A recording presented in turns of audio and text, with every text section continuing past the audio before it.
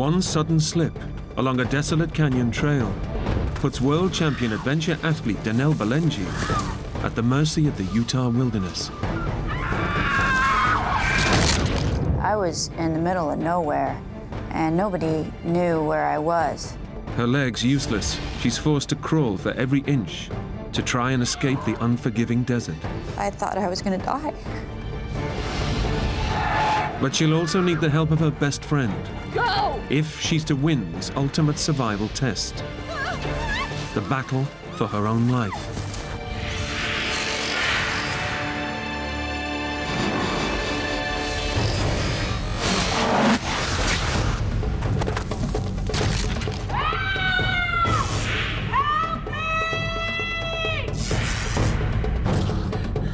Go find me help.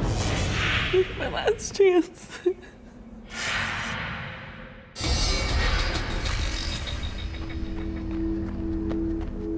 Danelle Balenji is a super athlete. In triathlon and endurance sports, her reputation is legendary. Several times national and world champion. It's no wonder she's just earned the title US Athlete of the Year for the 6th time. For Danelle, giving up is not an option, as paramedic John Marshall is about to discover. My first meeting of Danelle, she just ran 60 miles across open desert in 115-degree temperature before she got to the checkpoint that I was working at. This small-framed woman comes into the med booth. Her feet are blistered, she's completely dehydrated, somewhat delirious, and I said, hey, we would highly recommend we start an IV in you, get some fluids back in you. You're gonna need this. No, just a drink and some duct tape. This kind of sets the mode for my involvement with Danelle. I learned that this girl, right from the get-go, was as hard as nails. This was a true athlete to the fullest extent.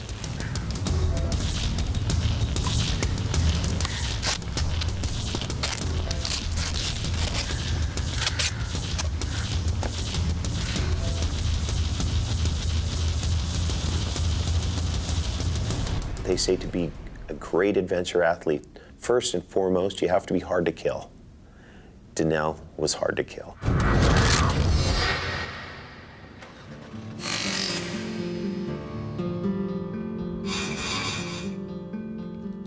It was December 13th, 2006, and I was at my house in Moab. The winter season was approaching, and I was wanting to get in shape for the snowshoe racing season and also to compete in some winter triathlons. Oh, hey, Taz. Give me a minute, okay?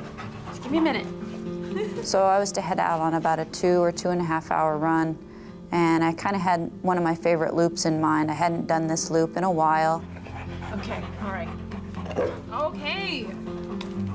I get the message. All right, let's go.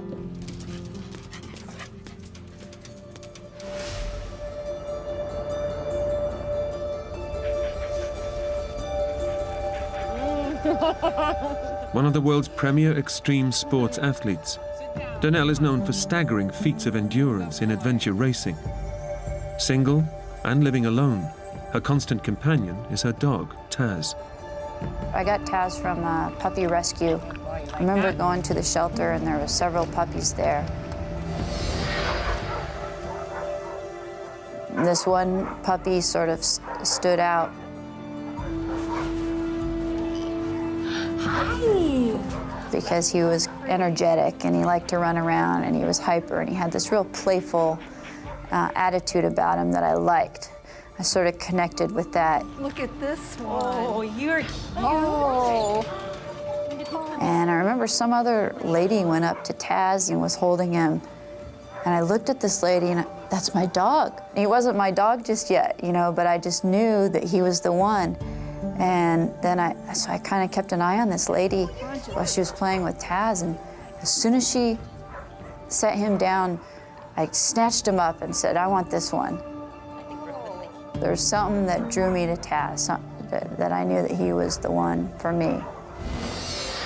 I need you to help me.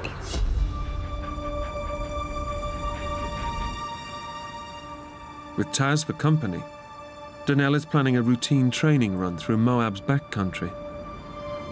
It's a beautiful but rugged wilderness where few people ever go. It was a sunny day, but it was cool, probably temperatures in the 30s, around 30 degrees Fahrenheit. I had my kayak on top of my truck, hopefully planning on going kayaking later that afternoon. I didn't see any bikers or hikers out, just myself and Taz. Come on, Taz. I brought my water bottle. At the last minute, I thought, well, I'll grab this little waist pack so I don't have to carry the water bottle in my hand. That way I could just put the water bottle in the waist pack. And it was a small waist pack with 2 zipper pockets. I didn't know what was in those pockets. I just grabbed it, and whatever was in there from my previous run was in my waist pack. And I headed out on the run. Let's go. I had absolutely no idea that my life was going to completely change that day. Come on, boy. Despite its beauty, the backcountry surrounding Moab can be hostile and dangerous. Just in the last month, 2 men have fallen victim to the deadly terrain, found frozen to death in the bitter desert night. Search and rescue teams are called out regularly to save hikers in distress. But Donnell is fearless. 6 times the winner of US Athlete of the Year, she thrives on pushing herself to the limit in the most extreme environments. I was actually in pretty good physical condition that I usually could push myself right to that limit of pain, but not quite go over it. It actually almost feels good, like you get into the rhythm, get into the flow.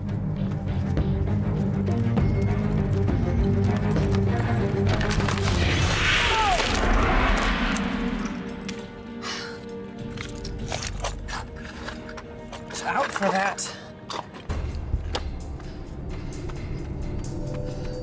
Donnell's training route is not marked on any map. And with every step, she's heading further into uncharted territory. All of a sudden, the next thing I know, Taz was ahead of me, and my foot slipped out from under me.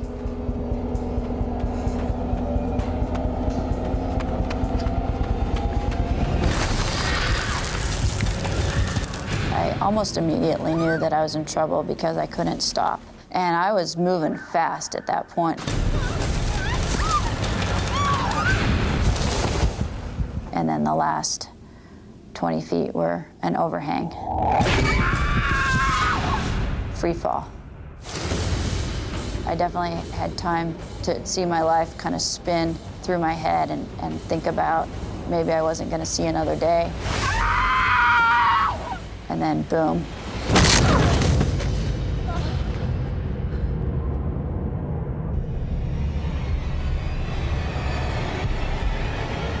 Oh my God, I'm still alive.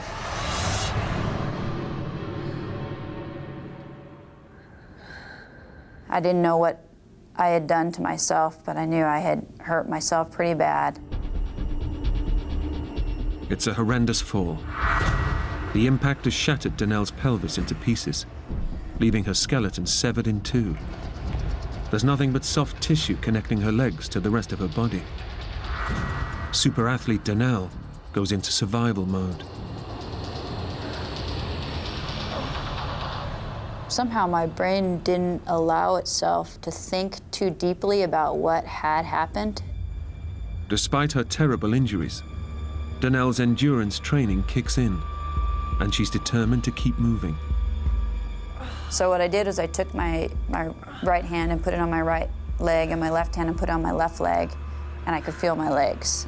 And so I knew that I wasn't paralyzed. And my next reaction was, I gotta get out of this canyon. I gotta get back to my truck, and I gotta get home, or I gotta get to the hospital.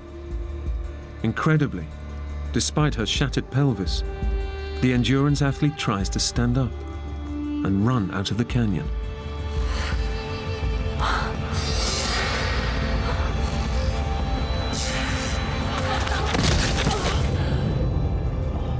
with her skeleton effectively in two, Danelle's legs cannot support her body. Unable to walk or run, she's facing her worst nightmare. Her legs useless, she's alone on a ledge, separated from her dog, Taz. Danelle is stranded in 1,000 square miles of barren, uninhabited wilderness. I knew that I needed to get out of that canyon. The temperatures were cold, and it was the middle of winter. But I couldn't stand up, I couldn't walk. So I just started dragging myself. With her skeleton broken in two, shattered at the pelvis, Danelle is critically injured. Most people would be in agony, but superfit athlete Danelle is experiencing an enormous adrenaline surge, masking the pain.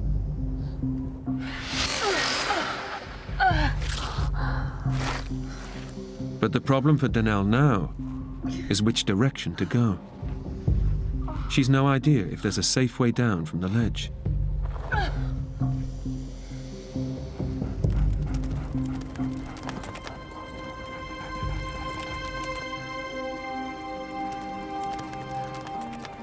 Taz comes to Danelle's rescue.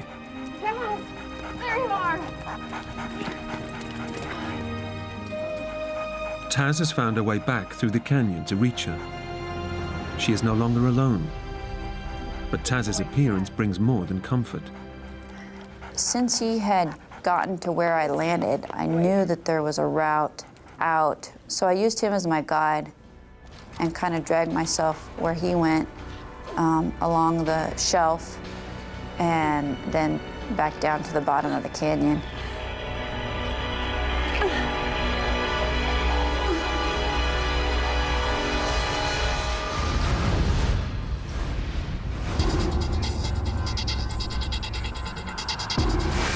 With incredible determination, Danelle follows Taz to the bottom of the canyon and now plans to pull herself back to her truck. But as the adrenaline surge wears off, the pain is starting to take a hold. It would take all my energy to sort of drag myself an inch. And then the pain would be so bad I would have to regroup and try it again. Time is working against Danelle. She knows the dangers of this remote wilderness, and that if she doesn't reach safety by nightfall, the sub-zero temperatures could kill her.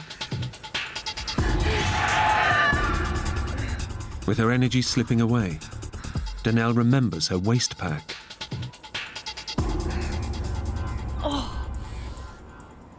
I didn't know what was in that waist pack because I didn't check before I left.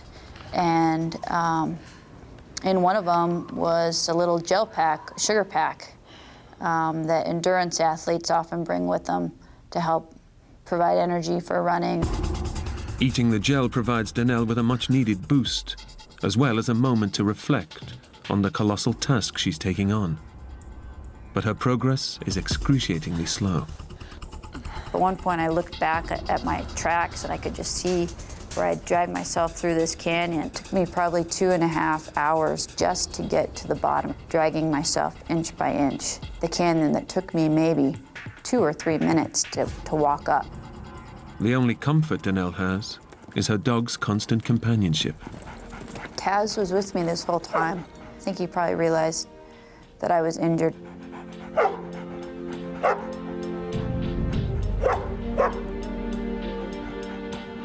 I think he was kind of wondering why I was going so slow. As the winter sun sets, the temperature is dropping below freezing. Daylight is fading fast, and with it, any chances of getting out of the canyon before nightfall.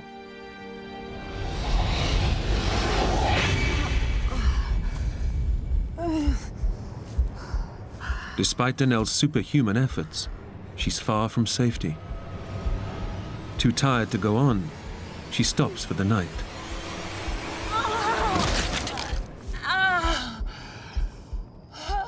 But she knows that this desert has a habit of claiming victims in the hours of darkness.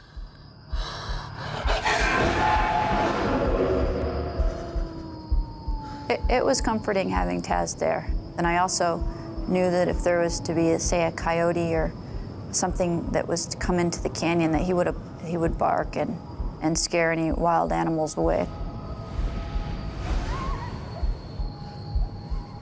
But Taz's presence won't save her from the bitter cold of the savage desert night. With the injuries to my midsection, it was a little bit uncomfortable if he got too close to me, because it would kind of move my bones around. I was really hopeful that I was going to make it out of there, or that somebody was going to get me. I should have realized right then that I was about to die and that I was in the middle of nowhere and nobody knew where I was.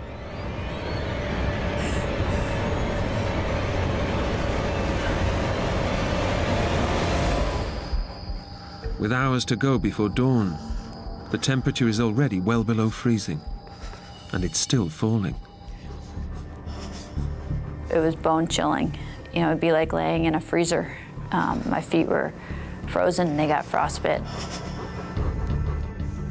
Exposure to the cold is causing Danelle's body to shut off the blood supply to her extremities to protect her vital inner organs.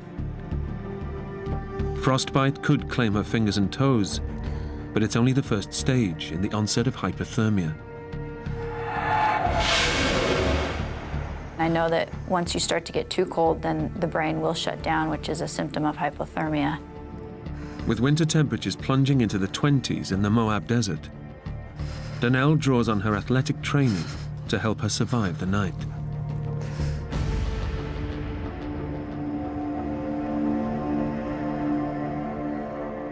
Despite a fractured pelvis, Danelle starts to do crunches to keep herself warm. It was almost like just lifting my head up, my head and my shoulders up. I couldn't do a full sit-up because I didn't have any movement in my midsection. It takes a superhuman effort that's almost too much for her.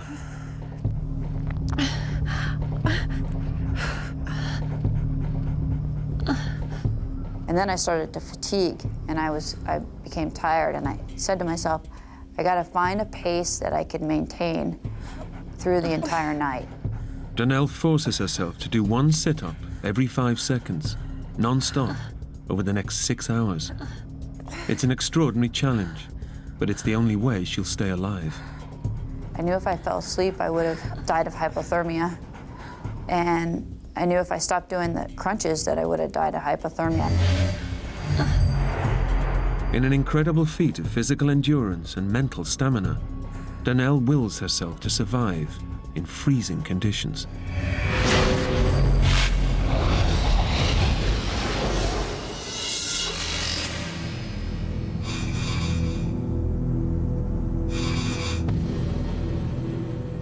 When most people would probably have given up, Danelle has made it through the night by doing sit-ups. In the morning, she has no time to rest.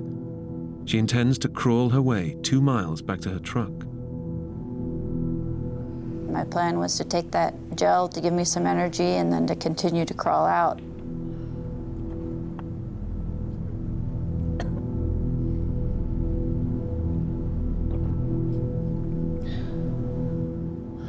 I thought that it would be no problem for me to continue dragging myself. And what I didn't know is that the adrenaline had gotten me through those first 5 hours right after the accident. Danelle is in for a terrible shock.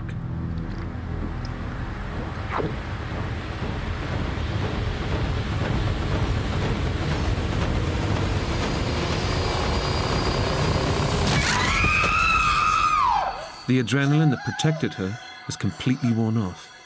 Now, if she's to survive, she must face her ordeal with no defense against the pain flooding throughout her body. When I tried to move, it was just throughout my whole body, just this excruciating pain. And on top of the physical pain was the mental pain of being stuck there. I would have rather had 20 people around me hitting me with a hammer. That would have been better than what I was going through.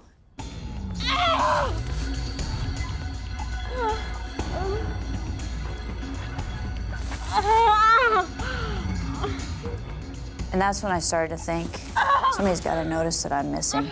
I thought maybe somebody will notice my truck is still parked there.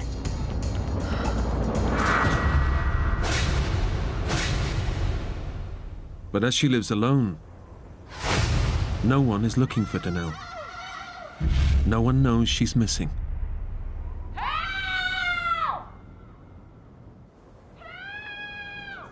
She is completely alone.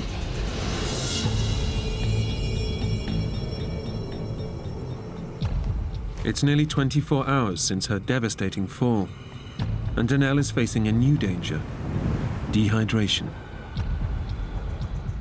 I was aware of how dangerous it can be to get dehydrated.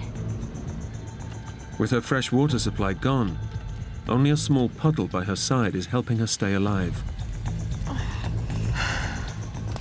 But it was really a struggle to drink from that water source.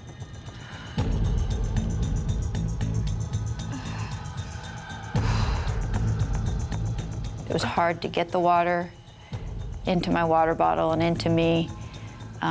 There was a lot of silt in it.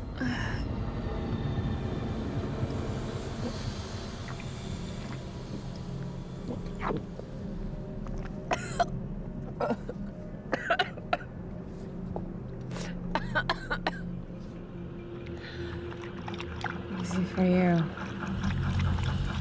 But while water can help keep her alive, it also carries a risk. I didn't want to drink too much because if I peed on myself, then the risk of hypothermia would have been worse because it was so cold out there. Urinating would wet her clothing. In the bitter cold, it would freeze, speeding up the onset of hypothermia. Only Danelle's willpower has prevented it from already happening.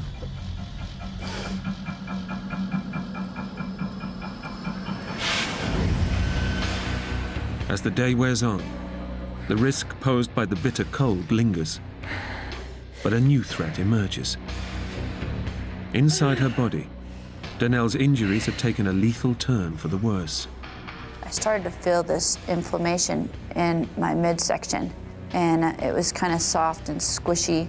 And I remember if I tried to move, this whole jelly roll would sort of move, almost like a water balloon or something. I remember thinking at the time, oh, it's inflammation. It's not inflammation. It's far worse. Danelle's shattered pelvis has severed blood vessels in her pelvic cavity. She's been bleeding internally for a day and a half, starving her brain and other major organs of the vital oxygen they need for her to survive. Danelle is bleeding to death.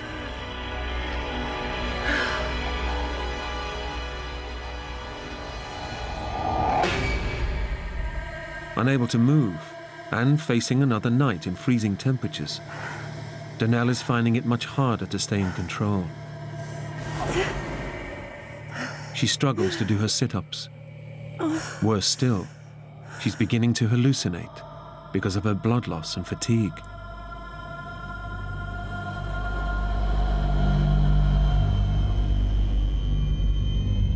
I remember looking up to the stars, and instead of them being these vivid stars where I could see the Milky Way, all I could see was these stripes in the sky.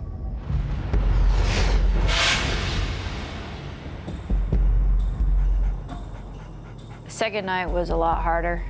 That first night, Taz kind of cuddled up next to me, and the second night, he didn't want to.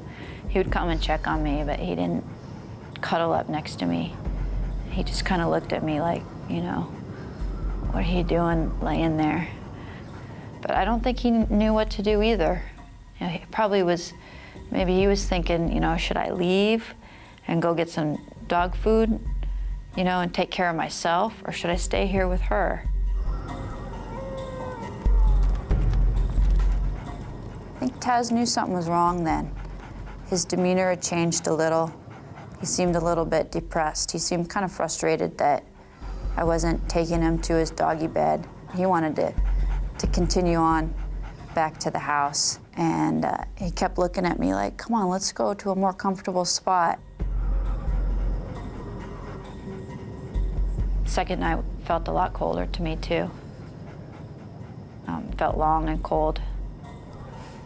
What Danelle doesn't realize is that the cold is keeping her alive. Her core body temperature is now so low that her metabolism is slowing dramatically. Her blood pressure is dropping, which in turn is slowing the internal bleeding.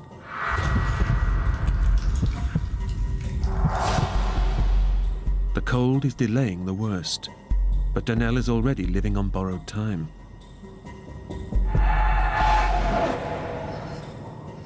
As the night wears on, Danelle is fighting for her life. It's taking every ounce of willpower to avoid drifting off to sleep, where the onset of hypothermia would lead to certain death. I remember wanting to be at home in my bed, where it was warm and comfortable, and where I could sleep. I had been awake this whole time, and I was starting to get the sleep monsters where I wanted to sleep, but I knew I had to stay awake.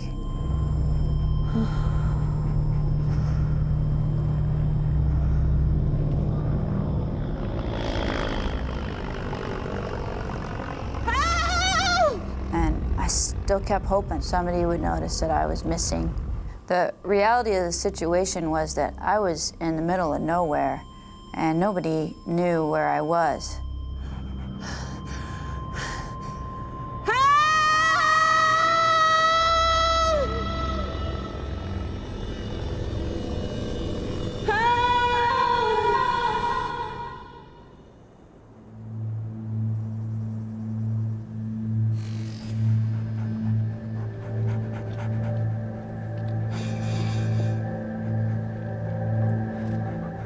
Thanks to her endurance training and extraordinary willpower, Danelle has survived a second night in the freezing winter desert, where most people wouldn't have survived one. But it's unlikely she will survive another. 3 pints of blood have seeped into her pelvic cavity, and she's becoming much weaker. On that lump around my midsection, it was blood. I couldn't see it because it was all internal, but I was losing a lot of blood. I didn't want to die, and I had to get out of the canyon, and nobody knew where I was, so I tried again. And I was determined to fight the pain and to try again.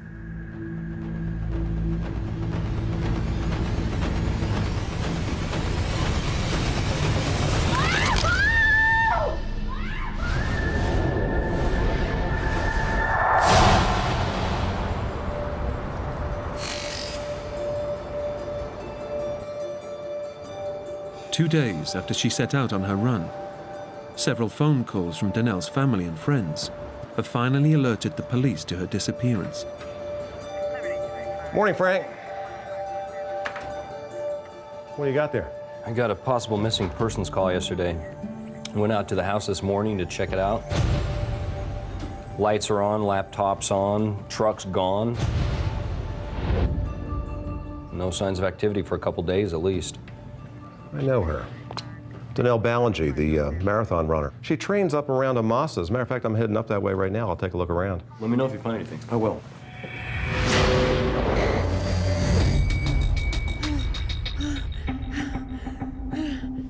Oh, maybe I made it about 3 inches, and I got myself stuck in this small, wasn't even a pothole. It was just a change in direction in the rock, and I couldn't even barely get myself out of it. With little blood-borne oxygen reaching her vital organs, Danelle's body is close to shutting down. It's only her extraordinary physical conditioning that's keeping her alive. But she won't live much longer without medical help. And she knows it. I was hyperventilating, I could barely breathe. And I also starting to lose my vision. I would turn my head to look, and it would just sort of be this blur across the sky. And then I would have to focus on something in order to sort of get my vision back. Barely able to see, Danelle can go no further. Defeated, she spends a painstaking 3 hours inching her way back to her only source of water. 50 hours after her dramatic fall, the adventure athlete's hopes of getting out of the canyon alive now seem futile.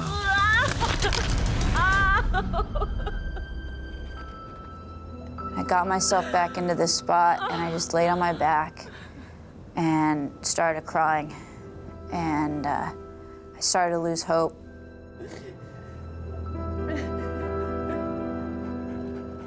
And Taz came over to me and was just licking my tears.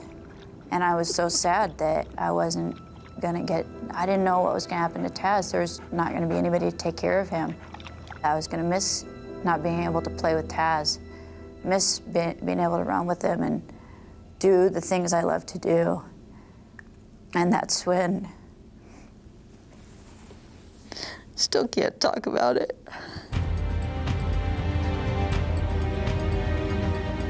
Local detective Craig Shumway knows that Danelle often trains in the Amasa Back area, north of Moab. He's hoping his hunch pays off.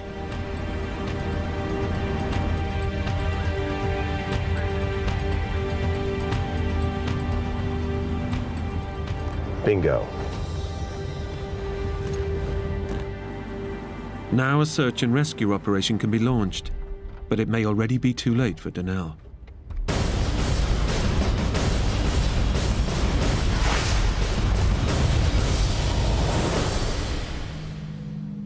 Within an hour of the discovery of Danelle's truck, the Grand County, Utah search and rescue team mobilizes.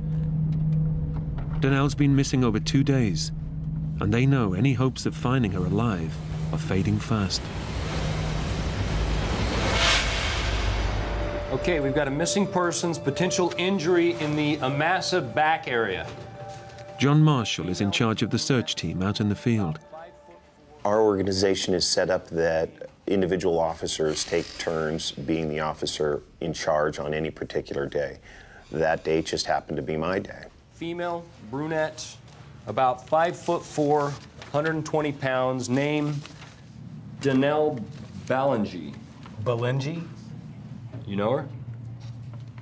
And instantly, in my mind, the story completely changed. We're not looking for a lost tourist, somebody who just wandered off the trail. We're looking for somebody that's got more backcountry experience than your average John Doe on the street. And if this person's been missing in the backcountry for 2.5 days, they're not just lost. This person's in some serious trouble.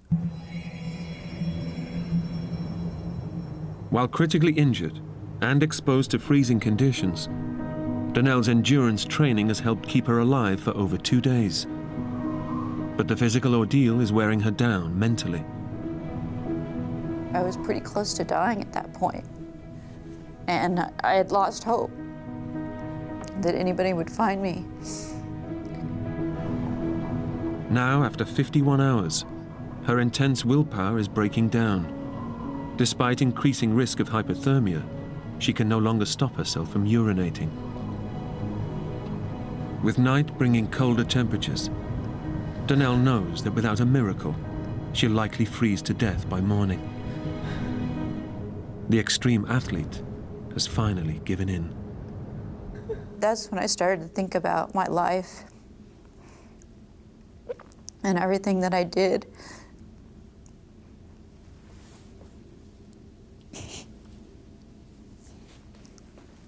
I started to think about my life and everything that I did and everything that I still wanted to do. And I thought about my family and my friends and how much they meant to me. And I thought I was gonna die. I mean, I was dying. Tess. Tess. Tess. I need you to help me. Taz was there with me, and he was all I had at that point. And I said to him, I said, Taz, I'm hurt, I need help. Can you go get help? Tess. I need you to help me. Go get me help. Tess, go find some help for me, please. Go. This is my last chance, Tess.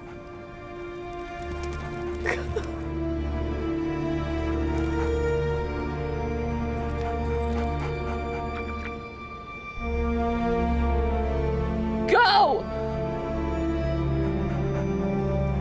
And he turned around and he took off.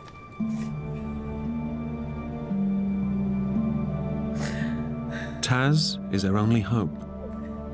But Donnell knows that by sending him away, she may now face death alone.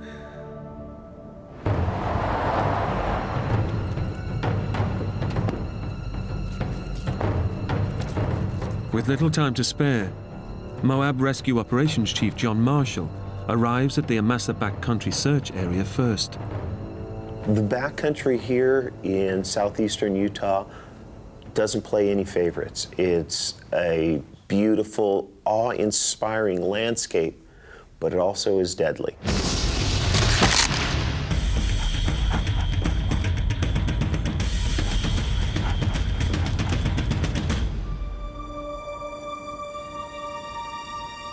There's a dog down there. You see him? Yeah, I got him.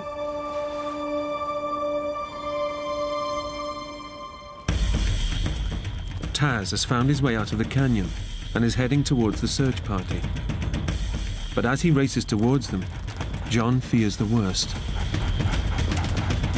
I know my dog will never leave my side as long as I have a pulse. So to see her dog down in the bottom of the canyon for the first time, my heart dropped. It says, oh, this can't be a good sign. The dog has left its master.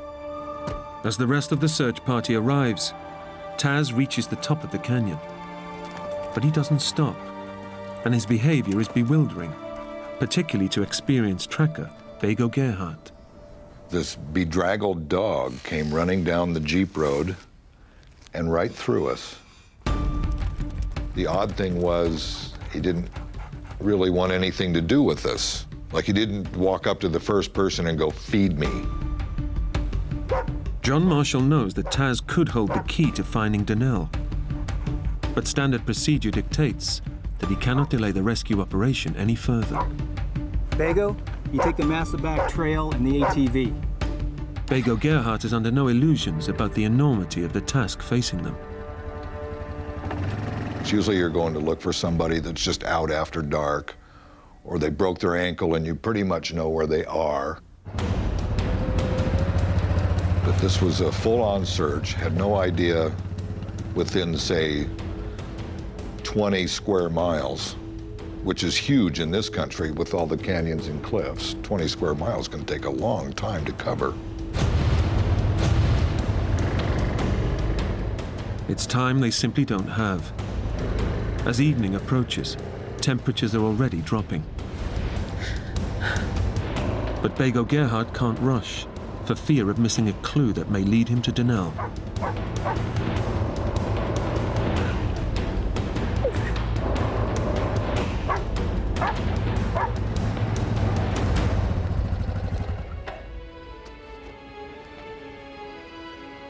As we went up, every time there was a sandy place, I'd look in the sand for tracks.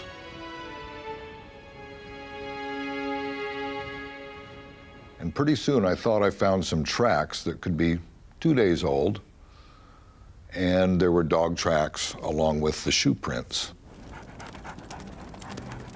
Back at the search and rescue base, John is now sure that Taz is trying to tell them something. This dog was on a mission, so it's almost as if it ran around and say, hey, look at me, I'm gonna get everybody's attention. Now I'll show you where she's at.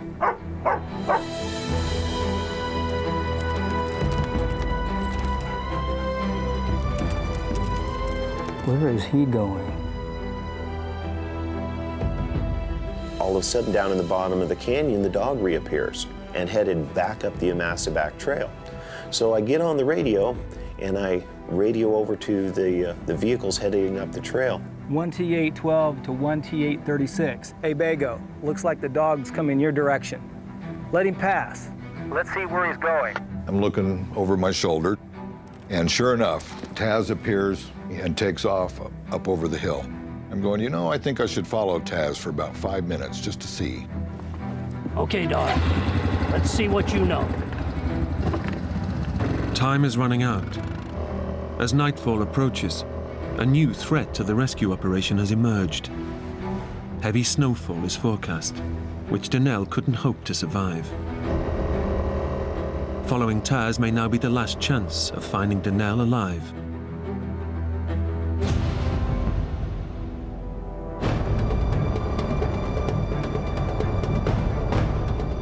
Experienced mountain trekker Bego Gerhardt knows that Donnell's dog could be her only real hope of survival. I know to pay attention to dogs because they know stuff. So when he ran up over the hillside, I had a very strong feeling of I better follow him for a few minutes. As Taz leads Bego deeper into the canyon, the going becomes more treacherous. Bego must slow the ATV and risk losing the dog's trail.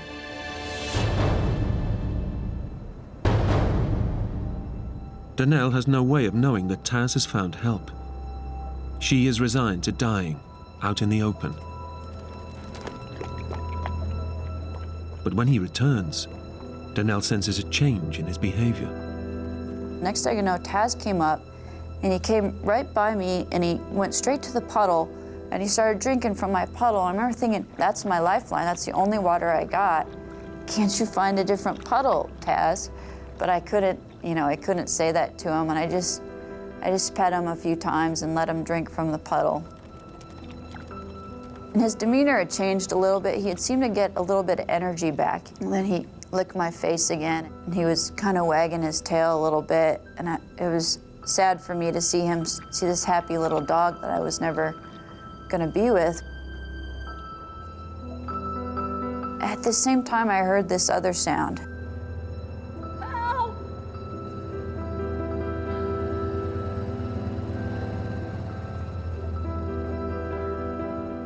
I wasn't hopeful because I'd been screaming help for 50 some hours straight, and nobody had come to help me. Help! And just about the time I thought I was going to run out of road, I heard this blood-curdling scream. Help! I'll never forget it. And had to be Donnell.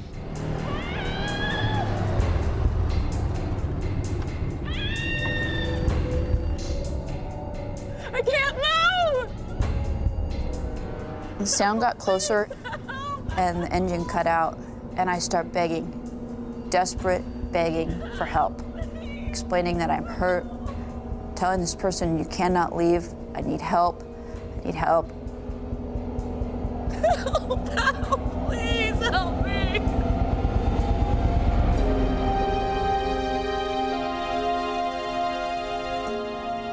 It was the best moment of my life, because I knew right then that I was going to get a second chance.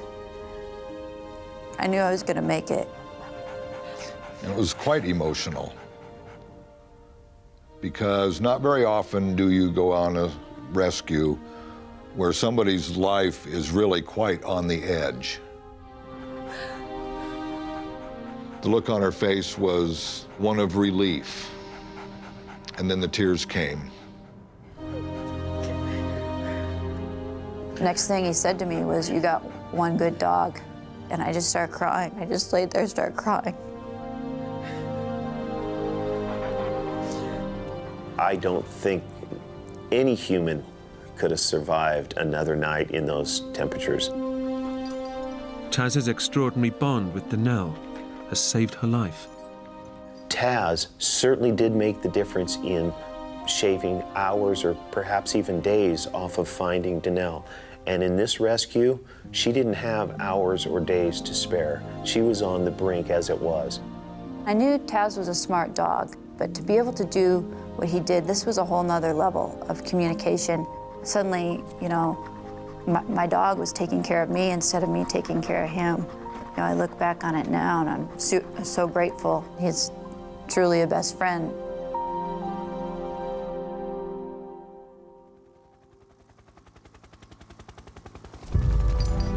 Donnell is airlifted to hospital and undergoes emergency surgery to repair the severed vessels that have pumped 3 pints of blood into her pelvic cavity. Then there's a 6-hour operation to pin her shattered pelvis back together. It's touch and go whether she'll pull through. When we get the reports back to her medical condition, and all the doctors were saying, she really shouldn't be alive with the massive amounts of blood loss that she had, the hypothermia, the frostbite, everything combined, she should have been dead days ago. But here it is 2.5 days later, and she's smiling. But there's another shock waiting for Donnell when she gets to see her feet for the first time in 3 days. Laying there in the hospital bed, and they had taken my shoes off, and I finally got a glimpse of my feet, and they were black from frostbite. Every single one of my toes and then part of my foot was black. You know, with frostbite, you just have to give it time, and eventually over the next 24 hours, slowly but surely, the color started to come back in my toes, my feet, and so I knew I was gonna be able to, my feet were gonna be okay. The prognosis for Donnell's fractured pelvis was not so reassuring. The doctor said that the injuries in my pelvis were pretty extensive, so I didn't know if I was going to be wheelchair bound the rest of my life or if I was going to be able to walk again. Her life has been saved, but her body may be shattered beyond repair. Doctors fear she may never walk again. Against all the odds, the extraordinary determination that kept her alive in the canyon has now put her back on her feet again. After 6 hours in surgery and months of rehab, Donnell is up and running. I'm still able to do what I love to do. It's taken several months of recovery and rehab, but I'm back out running again, running the trails. Taz and I go out almost every day. And Taz has a new playmate. My son he's really a gift, and every moment with him I appreciate, and I think I appreciate him even more knowing that, you know, he may have never been if it wasn't for Taz and all the people that, you know, were there to help me survive that experience.